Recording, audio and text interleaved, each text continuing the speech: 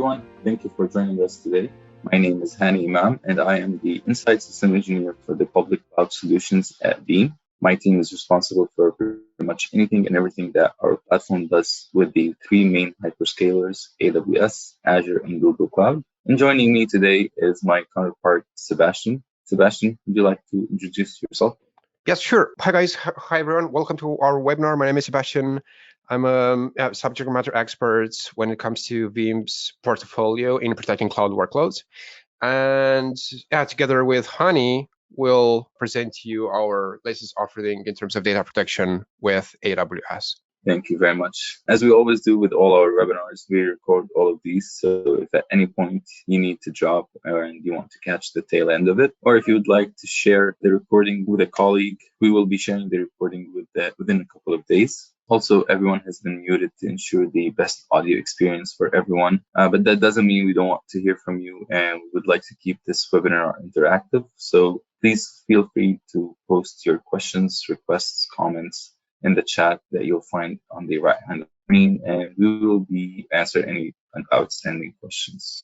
First, I wanted to point out a statistic from our 2023 Cloud Protection Trend Report that shows that 61% of organizations rely on cloud-native snapshot to protect their cloud environment. And this is an interesting figure as we have seen this number increase over time, showing that more and more organizations are starting to understand and realize the responsibility they have when it comes to protecting cloud data. Snapshots are often the first line of defense, providing the ability to recover data without too much data loss, giving organizations as well to recover quickly, meeting low RPO and low RTO objectives that organizations might set.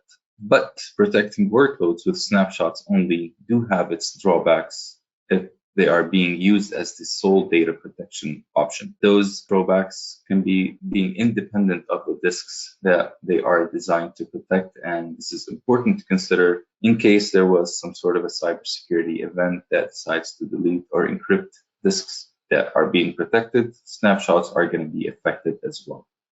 Next drawback, it lies under the expense that snapshots retain. They are more expensive than storing in the S3 in an object storage tier, for example. EBS volumes tend to be more expensive. And when it comes to performing file level recovery from a snapshot, it's often a manual process. There's about 10 steps involved that makes it more complex to be able to recover a single file for the and lengthening the period of the outage. And finally, they are a point solution, meaning they are for that platform and that platform only. Doesn't work very well in a hybrid environment. Users will not be able to recover in a different cloud, for example, or back on premise. And I think it's always important to show the cloud shared responsibility model that shows where AWS's responsibility stops and where the user's responsibility kicks in. AWS will make sure that the data center is secured, the hardware is all in place, networking is up, and storage is available. But when it comes to protecting an organization's data, this relies on the organization itself. The end user is responsible for setting up those backup schedules, making sure network is secure, putting up firewalls where needed, and giving access only to users who should have access to only the resources that they need to access. And to do that, let's talk about how Veeam Backup for AWS protects data. Our AWS solution hosts functionalities and capabilities such as storing in object storage to reduce cost, or having policy-based approach for backup and recovery to reduce manual work needed. And those features are categorized into three main pillars. The first is all about security. As more and more organizations are finding that ransomware and cybersecurity are becoming top of mind for organizations, cloud-hosted data and even cloud backups are becoming more prone to attacks. So we need to think about how we can improve identity and access management, how we can protect those backups from being compromised.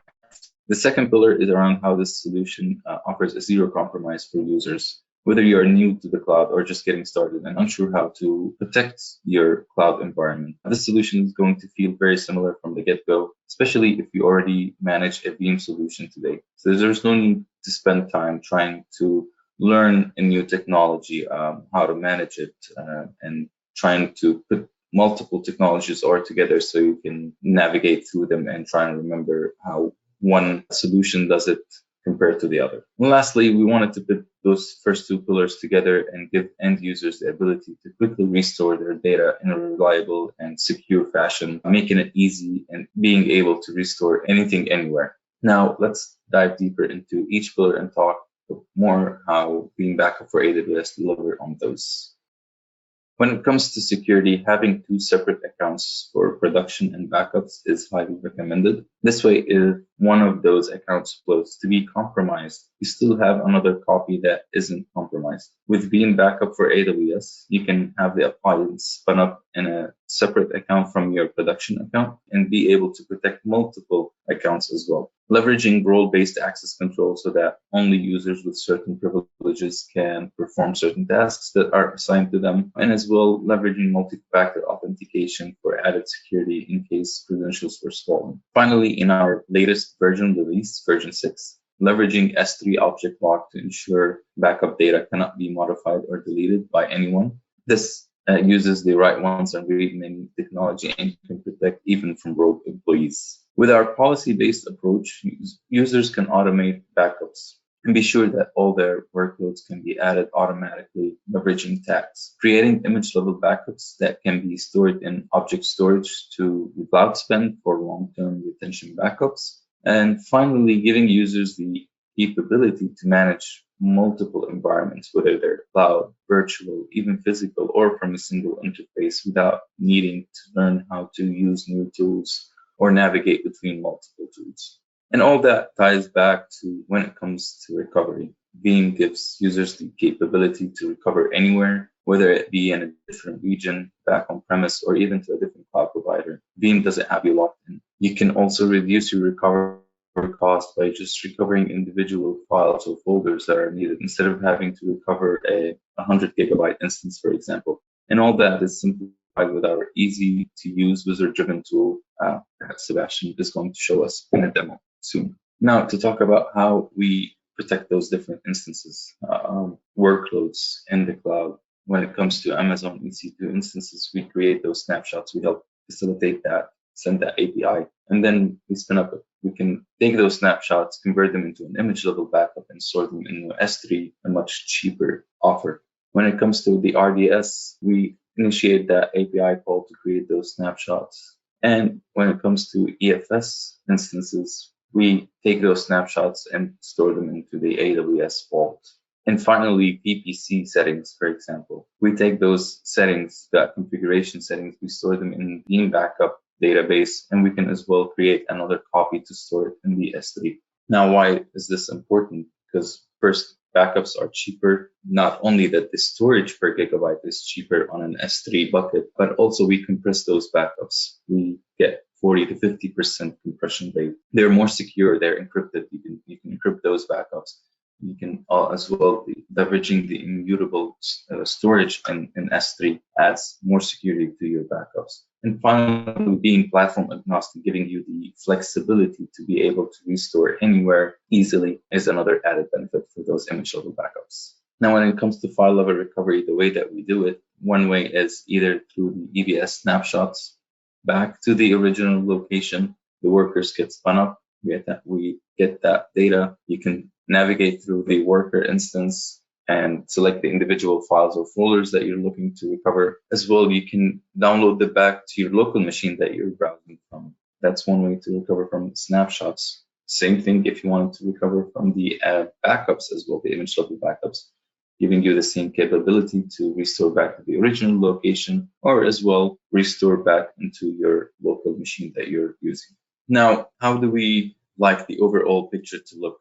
So you have your production account that you're running your production workloads in, and then you have your backup account that hosts your Veeam Backup for AWS with your backup repositories over here. Connect them all back to your data center with your Veeam Backup and Replication, our core flagship product that protects cloud, virtual, or physical workloads. All can be managed from a single pane of glass from the Veeam Backup and Replication, giving you capability to restore your VMs back to the data center or even pushing them out to a different cloud provider. When it comes to recovery options for Amazon EC2 instances, you can recover a replica or image level backup, all in the same single path for recovery from every single location. or a new location, whether that be in a different region or another environment on-premise or other cloud, giving you the capability to do a full instance restore or volume or individual file level recovery. When it comes to Amazon RDS instances, you can recover from a snapshot or a replica, again, giving you the capability to recover either original location or to another region. Cloud EFS as well, EFS instances, recovery from a cloud native backup or as well to the original location or new location, giving you the capability to either recover the full instance or as well doing a file level recovery. And the VPC, where you'll be able to either recover the whole VPC or single attributes that lay underneath it, whether that be security groups, subnets, transit gateways, VPNs, and Sebastian will go through that one as well. When it comes to the deployment options, one way to do is through the AWS Marketplace, where you can just go and search for Veeam. You'll be presented with multiple options. There is a free edition for everyone to go and use. You'll get the full capabilities with no limitations. The only limitation is the number of instances. And once it is deployed, you can see it in your AWS console. You can browse, click on the IP address, access it, and what you'll see is what Sebastian is going to show right now. Hi guys, so let's try to do a short recap during the live demo and try to highlight the steps and the architecture that Hani shared with you earlier. So for example, this is my AWS account, one of my AWS accounts that I am trying to protect. And here, following the deployment steps that Hani showed you earlier from the AWS Marketplace, now we have an EC2 instance where our appliance is deployed. And how to connect to the appliance using either the public or the private IP addresses. So at the end of the day, it is up to you. Once you log in, this always will be the first screen that you'll see when you log in into the appliance. And this is a dashboard that offers you an overview of everything that is going on inside Veeam Backup for AWS. For example, okay, how many sessions failed? How many warnings do I have? How many finished successfully? How many snapshots am I protecting? How many replicas, backups, archives? How many protected workloads do I have? And one of the most important ones, do I have any bottlenecks when I'm creating cloud native snapshots or imageable backups? And this is very important because we don't want to have any hiccups during the creation of an imageable backup or during the restore process. Now, supposing that this would be a fresh install where nothing was configured. Okay, how do you configure Veeam Backup for AWS? Now, this is the type of the appliance that you configure once and then you forget about it. And what do I mean by that? So under the configuration here button at the top, you have very straightforward steps that you need to complete in order to create successful backup policies. And these prerequisite steps are, okay, tell me the AWS account or accounts that you'd like to protect. With the appliance, you can protect one or multiple AWS accounts. As you probably are aware, as per the AWS best practices, you should not keep your backups into the same AWS account where your production data is. So what this means is that we do recommend customers to create, let's say, a second or third, or how many AWS accounts are you leveraging? Okay, to have an extra backup AWS account where only the appliance will be deployed. And in that AWS account, you can store your imageable backups into the S3 buckets, and you can connect to all other AWS accounts that you like to protect using IAM roles. Again, this is best practice coming from AWS. Now, in my end, I'm already protecting an AWS account, which is the same AWS account where the appliance was deployed. However, if you wish to add 1, 2, 3, 100 other AWS accounts, just click on the Add button, give it a friendly name, let's say AWS, and then you give it the AWS role name. Okay, so what role should the appliance use in order to connect to that particular AWS account? Or the most popular option among our customers is to allow the appliance to create those IAM roles for you. Why is this the most popular option? Because this way, you will be 100% sure that the appliance will create the role with the necessary permissions and privileges to have access to your resources. So there is no threat whatsoever to grant more permissions than it's needed. And of course, once you give it a name for your AWS, for your IAM role, then, okay, if I'm going to create this role, tell me the access key and the secret key of the AWS account that you're trying to protect. And that's it. Now, the second prerequisite step, going back to getting started, it is to configure the workers. Just like Heini mentioned, the appliance offers you the capability to have 3 copies of your data. And this is very important because this allows you also to follow the best practice rules in terms of data protection, right? Have 3 copies of your data on 2 different media, one of them offsite, one of them mutable, and of course with 0 errors. And with the appliance, you can create cloud-native snapshots. You can create replicas of those snapshots. So we are matching the vendor's capabilities in terms of data protection. But on top of it, just like Heini mentioned, we also create the imageable backups, right? Now, we create the imageable backups by spawning automatically a worker instance in the same region that you're trying to protect. And in my example here, I have created a worker instance in US East data center because this is where my workloads reside. And if I click on edit, if I am going to configure a worker, all I need to do is, okay, specify the region and the zone and the availability zone that I want to protect. And if the appliance will spawn these workers for me automatically, tell me in what VPC, in what subnet, and what security group will be applied to this particular worker. Now, during the execution of a backup policy, the appliance automatically spawns a worker that will create the imageable backup. Again, that is compressed, that is platform agnostic, that can also be immutable. It will ship it to an S3 bucket. And as soon as the process is finished, meaning the backup is completed or the restore is completed, then the worker instance is terminated and it's no longer sitting in your AWS account. So you don't have to worry about it. And the last prerequisite step is, okay, if I'm going to create my imageable backups, tell me in what repository, in what S3 bucket you wish your imageable backups to reside. Again, how do I add a repository? That's simple. You give it a friendly name, say repo, hit next. Then select the AWS account where you wish your imageable backups to be stored. You can leverage one or multiple S3 buckets. And within the selected AWS account, choose an available bucket. Now, in the latest release, which is version 6 that was released a couple of weeks back, we have also added the ability to store these backups into S3 buckets that are immutable. So what this means is that, for example, I have this S3 bucket on which I have activated the object lock. And if I hit apply, then I will have a checkbox here at the bottom notifying me that, okay, the S3 bucket that you have selected has object level turned on and the versioning as well. So your backups will be immutable. Now within the selected bucket, here we can create a folder, let's say Veeam Backup. And this is the folder where your imageable backups will reside. Now, for this particular folder, we can also select the storage class, either standard, glacier, or deep archive. And why is this important? Because maybe you wish your dailies and weeklies to be stored in a bucket with a standard tier because it's a higher probability at the end of the day to do a restore from the dailies or your weeklies. However, if you have compliance regulations that you want to keep, but in the same time to be cost efficient, maybe you want your monthlies, your yearly backups to be stored into Glacier or even Deep Archive.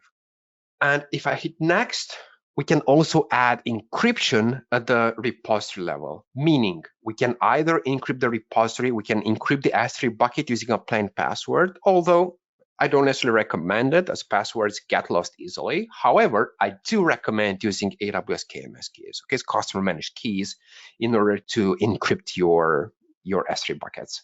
Now, enough about prerequisite steps. We go to configuration. Now it's time to see how it is to create backup policies. Now, notice that at the top here, I have different tabs with each service that we can protect. And the first one is EC2 instance, where I already have a backup policy that is designed to protect 2 of my EC2 instances, for which I'm creating snapshots, imageable backups, replicas, and I have the option also to send backups to the archive tier, meaning Glacier or Deep Archive. And if I click on Edit, let's check how easy it is to create a backup policy. First tab, give it a friendly name for the backup policy. Next tab, select the AWS account that you'd like to protect with this backup policy. Then specify the region or regions that you'd like to protect. In my case, I've only added only one region because this is where my EC2 instances reside. And within the selected region, I can either protect all EC2 instances, or I can filter them down, either by instance name or the most popular option, which is by tag. Protect all instances, all EC2 instances that have a particular tag associated to them. This is by far the most frequent option that is used by our customers. Next, for the guest processing, we can enable app-aware snapshots for Windows VMs using the SSM agent or guest scripting prior or after the execution of a snapshot. In terms of targets, again, based on that snapshot, we can configure snapshot replication. In my case, for example, I am protecting the Virginia data center, and I want these snapshots to be replicated cross-account, cross-region. And here I have the option to select the AWS account where I wanted these snapshots to be replicated, and also the target region. I can add another layer of protection by encrypting the replicas as well, and enable the creation of the imageable backups. So these are the Veeam backups that are written in the Veeam format, that are compressed, that are platform agnostic, that are encrypted. And here you add, okay, tell me the repository where you wish your backups to be stored. Give me the S3 bucket. And if you wish to have archives as well, tell me the bucket where you will send the archives. For example, the monthlies, the yearlies, so forth. Now, in terms of scheduling, now here we have the harmonized scheduler where you can configure the frequency of your daily, weekly, monthly, or yearly backups. Now, for the dailies, you have an interactive calendar where you can select the hours when you want to perform either your snapshots, replicas, or imageable backups, together with the retention policies. Okay, how many snapshots you want to keep, how many replicas you want to keep, and for how long you want to keep your imageable backups. Following the same pattern for the weeklies, again, I have the same interactive calendar. However, this time is adjusted for the days of the week and the retention. Okay, how many snapshots do I want to keep? How many replicas? And for how long do I want to keep my imageable backups? Because the imageable backups are compressed, are platform agnostic, we allow you to export these backups outside AWS or restore these workloads outside AWS as well, and in the same time allowing you to be cost efficient. Now, we offer the customer to leverage multiple restore points at a lower price, meaning that if you notice here that I don't keep, for example, for my weeklies, I don't keep any snapshots. However, I am creating imageable backups that I will retain for 1 month. Now, under general settings, okay, I can retry the backup policy for an X number of times. We can also add a health check, meaning that in the first Sunday of every month, for example, we can check that the backup chain is still intact. Why is this important? Because when the time comes when I want to make a restore, I want to be 100% sure that my backup chain is intact and I won't have any hiccups during the restore process. Okay, I want to make sure that maybe no one from my end started deleting my backups accidentally, and this sort of scenarios.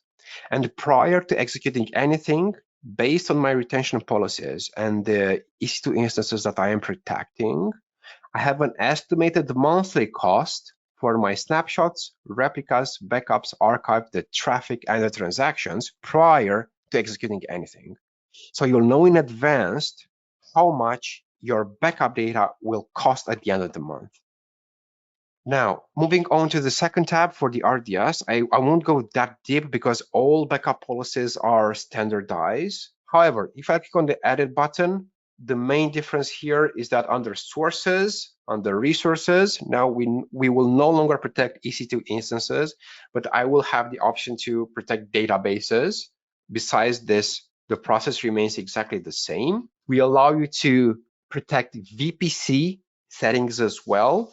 So you will have the option to protect the entire VPC network. If I click on edit, we can automatically collect the VPC settings where your production workloads reside.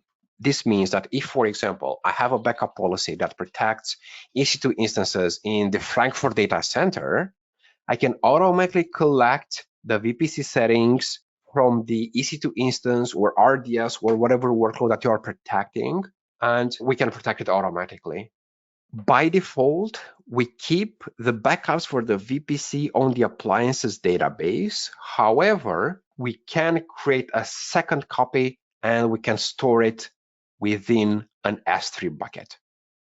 In terms of retention, how frequent we want to collect the data and for how long you want to keep it, we can collect the data in X hours or minutes, and we can keep it for an X number of days, weeks, and months.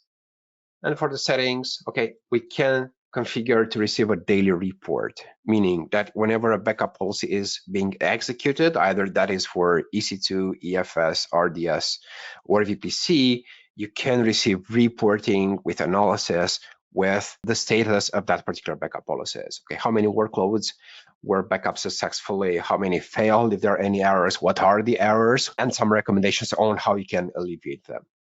Now, everything is fine and dandy. We have seen how easy it is to create backup policies. Now, let's check, okay, what are our options in terms of restores? So under protected data, we have here at the top the same tabs, and for EC2 instances, I can either do a full instance restore, only volume restores, or do a file level recovery.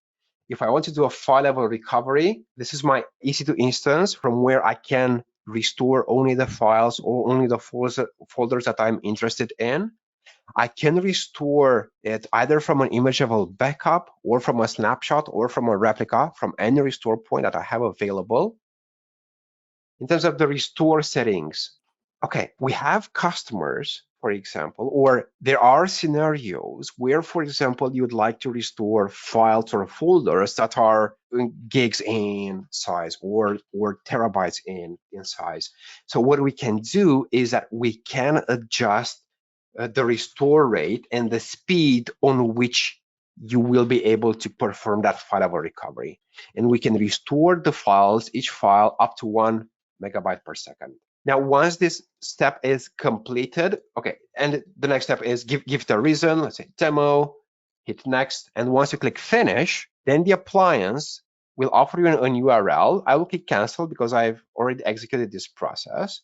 We'll offer you an URL that you can open into a chat window. And now you can navigate through all the files, all the folders that are available in those volumes. You can add them to a restore list. And from here, you can either do the restore locally, meaning on your local machine, or you can restore the files to the original EC2 instance, either by keeping both versions of the file, the one from the backup and the one that is available on your EC2 instance, if that is already there, or you can overwrite whatever is in your EC2 instance. Now, the other option was to do a restore of an entire EC2 instance. And again, I can do the restore of one or multiple EC2 instances in parallel. I can select one of the available restore points that I have, say an image level backup. And from here, I select, okay, tell me the AWS account where you want to restore this EC2 instance. And in terms of restore mode, either restore it to the original location, meaning the original EC2 instance will be overwritten. And if I click next, I should receive a warning message warning me that, okay, you are about to delete your original EC2 instance and it will be replaced by the one from the backup. If it's fine by me, I hit restore, I give the reason, hit next, and once I click finish, that's it. So that's all that you have to do. The second option is to restore it to a new location with different settings. And now you have the option to change every single parameter related to the EC2 instance.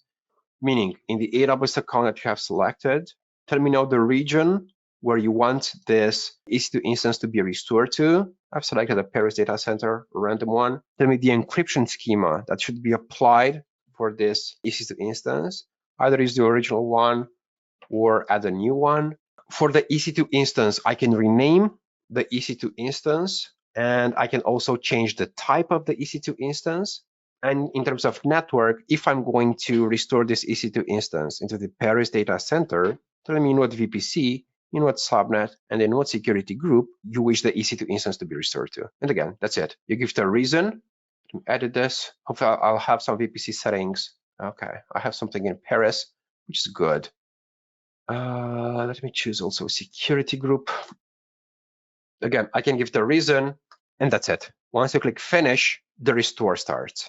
Okay, so what I'm doing now, okay, now I did receive a warning message that I don't have any worker configures into the Paris data center. This is expected as I have selected a random region. However, no worries, if nothing is configured, you don't have to go back.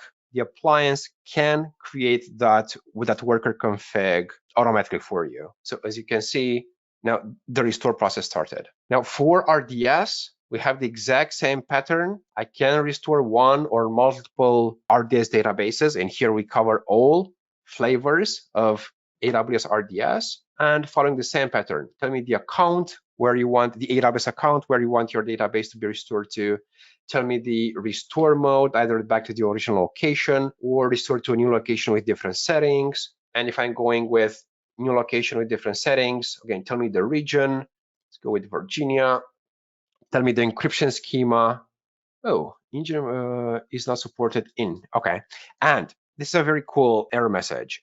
If there are any limitations, because in AWS accounts, there are different regions that support different versions of different flavors of RDS. If I have a version like you see here that is not supported in the selected region, you will get notified in advance. If I wouldn't receive this error message, if I would have picked a region where this version would have been available, then I will need to add the instance class, the storage type, the parameter group, and last but not least, the network settings that will be applied for that database. For VPC, we can do a live comparison with whatever data is in a backup, in a restore point, with whatever data I have in my production AWS account, meaning I can do a comparison where I can select a restore point, any restore point, and I can do a live comparison with whatever I have in my production. And I can show only what is changed between the backup and the production. Here I can see, for example, that in the production, I have a security group for which I have added HTTPS access, and in the backup, I don't have it. I can hit restore, and I will be restoring all VPC settings, but this is not that fun, restoring the entire VPC. Let me click cancel. So I can restore the entire VPC, meaning all the VPC settings, all the security groups, all the endpoints, so on and so forth. However, if you wish to restore only a specific endpoint or only a specific ACL, we also allow you to do that. Meaning, under VPC, imagine that you want to restore only a particular subnet. You select only the subnets that you want to restore, you hit add and apply. And now you will be restoring only 2 subnets. If you want to restore specific security groups, you also have this option. And you can select only the security groups that you're interested in, and that's it. You don't have to restore the entire VPC. Same as for customer gateways, VPN connection, transit gateways. If I hit next, okay, tell me the AWS account where you want to restore your selected endpoints or security groups, what you have selected, subnets and security groups in our case. Give it a reason, hit next, hit finish, and once you click finish, the restore will start. What have we seen so far? We have seen that AWS is that Veeam Backup for AWS is a tool that allows you to protect AWS workloads and store these backups within AWS. However, I imagine that most of you have or might have a multi-cloud approach or a hybrid approach. You may be leveraging AWS plus another cloud vendor or AWS plus on-prem. Hani mentioned in his slides that with the image level backups, we allow you to have your backups from AWS copied off-site, either to on-prem or into another cloud. But also when it comes to the restore process, you will be able to restore these AWS resources, not only within AWS, but also outside AWS.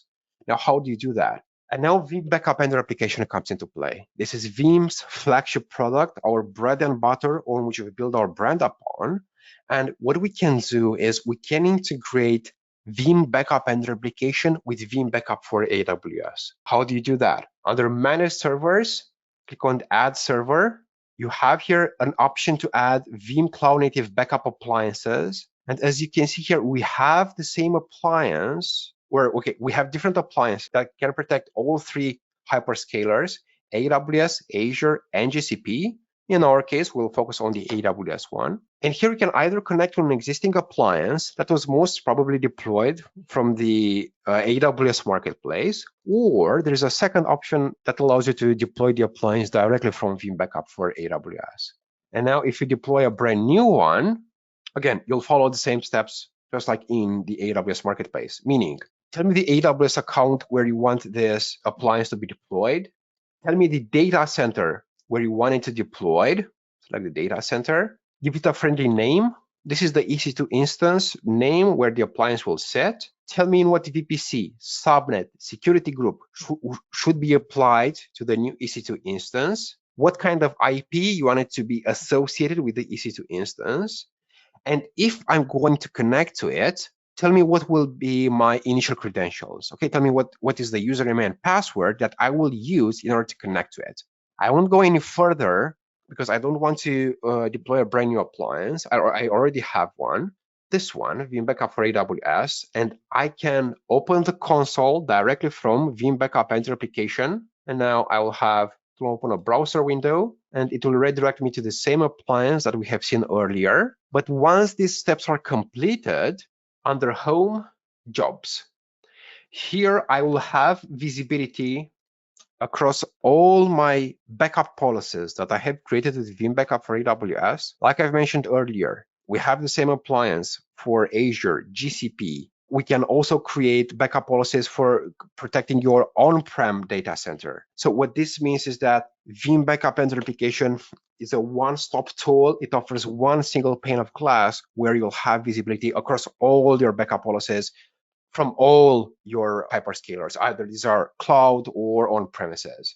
And you can manipulate them directly from Veeam Backup Enter application. You can start, stop, edit them, so on and so forth. But the best part comes next, meaning under backups, here I have visibility across all my backups, regardless of their whereabouts. For AWS, I see all my cloud native snapshots. I see my archives. I see my imageable backups. For the snapshots, I have the option to restore snapshots only within AWS. Why? Because snapshots are not platform agnostic and are cloud proprietary. However, because I'm taking email-eligible backups that are way more cheaper than snapshots and are also platform agnostic, I have the option to restore this instance, okay, back to AWS, like we have seen with Veeam Backup for AWS, but we also have the option to restore it to Azure, to Google, or to do an instant recovery. Okay, so for example, if I'm going with the Azure bit, this is the appliance that I want to restore. I can restore it from any restore point that I have available.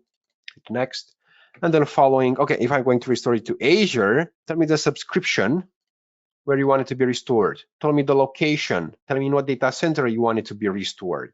Tell me the, okay, go with next.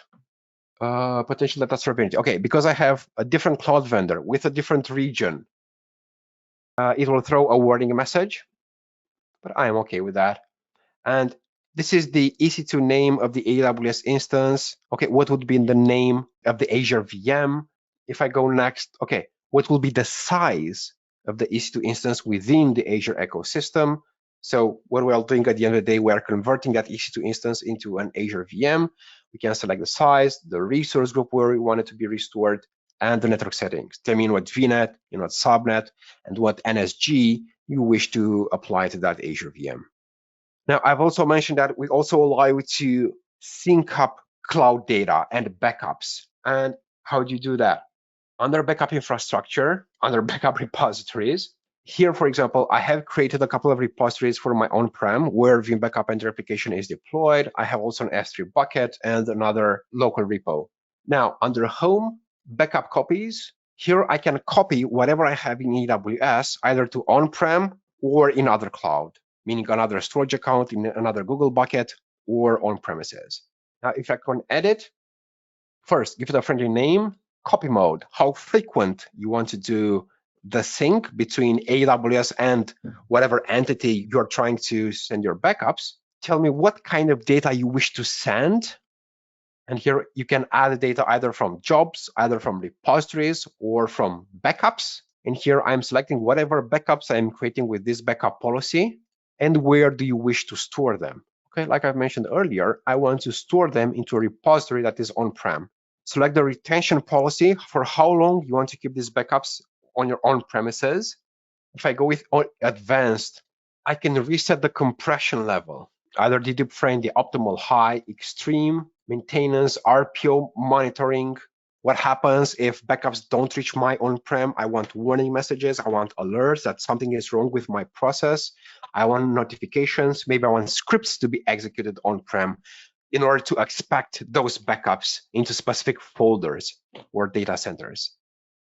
And yes, this is pretty much it. I hope you found this demo useful and informative. So what we accomplished today is we showed you how Veeam Backup for AWS protects your AWS workloads, how this can all be integrated together with your on-premise or different cloud workloads, showing you the advantage of leveraging image-level backups instead of just relying solely on snapshots. I hope we were able to relay the message very well. I hope everyone found this very useful. We tried to answer as many questions. If you had any unanswered questions, please feel free to reach us out at public.cloud@veeam.com. We'll be more happy to answer any further questions you might have, go through a more deeper demo with you that's more custom made for you, answering any questions that you have. Thank you. Guys, yeah, again, thank you very much for joining our webinar. We hope to see you again into our next webinars as well. We have awesome products that protect AWS, Google, on-prem, Kubernetes workloads, Salesforce, Microsoft 365, so on and so forth. If you wish to have, again, dedicated sessions on how Veeam can protect your infrastructure, either cloud or on-prem, feel free to write us at public.cloud@veeam.com. Yeah, and I wish all of you a productive week ahead. Yeah, thank you, everyone. Thank you, Sebastian, and have a good day. Bye, guys. Cheers. Bye.